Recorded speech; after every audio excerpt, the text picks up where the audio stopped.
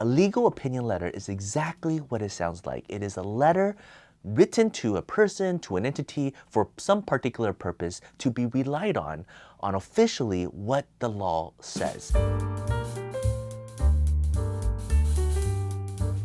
Legal opinion letters are important because important people need to make important decisions, and there's no way they know all the law from all around the world. Let me give you some examples. Maybe a company is about to go public on the stock market.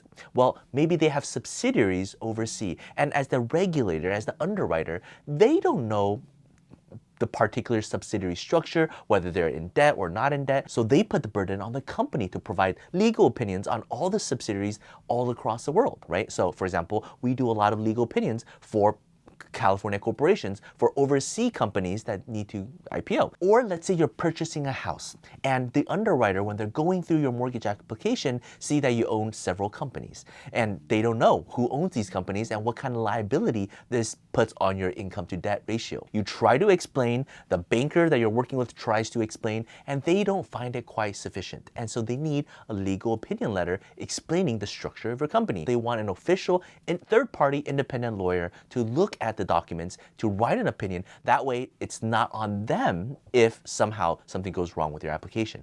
Most of the time, when somebody needs a legal opinion letter, it's because there's a regulatory need, or they're trying to shield risk, right? They want to put the risk somewhere else so they have someone else to blame if something goes wrong.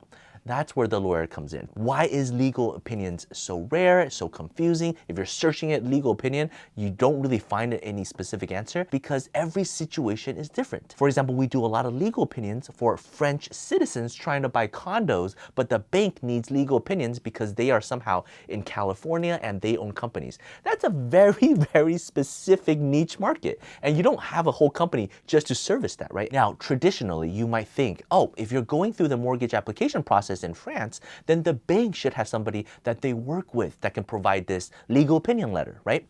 Well, it's not that simple because how would the bank know every single jurisdiction and every single lawyer in every country of the world? It's too much burden on every single entity. So that's why they just put the burden on the individual. You go get the legal opinion, show me the license, and then we'll take it. And then once we review it, if it's good, then we'll accept it. In other situations, legal opinions can balloon up in cost. Why? Because maybe you are working with an IPO company that's doing all the underwriting to help your company go public. Well, the law firm that you're working with doesn't specialize in the legal opinion letter, so then they contract out to another law firm in that particular country, and then they go hire an independent lawyer that can write this legal opinion. There's like 3-4 middlemen. Not only is it expensive, it is extremely time consuming because the constantly passing on of the information. It's not direct at all. So something that could take a couple hours ends up taking months and costing 10 times the amount. So we have a lot of stories about these legal opinion letters. We're fortunate enough to be a little small boutique firm that does a lot of these. I personally find it very rewarding and interesting because it's exactly like law school. In fact, it's exactly what law school teaches. In law school, we're taught to IRAC everything, right? What is the specific issue? What is the rule? What is the analysis? And what's the conclusion? And write that into a paper. And that's exactly what a legal opinion is. What is the particular issue at play? What do you want us to analyze? Who is relying on this opinion? What is the rule? What is the exception to that rule? Lay it out very clearly so that anyone who reads this can understand, even if they don't have a law degree. And then the analysis. What are the facts and how does it apply to that rule? And the conclusion. Therefore, the person who is reading this letter, they can rely on this information to make this determination, X, Y, and Z. It could be 2-3 pages, or it could be 30 pages with 1,000 exhibits justifying your legal opinion. It could be extremely complex, or it could be extremely simple.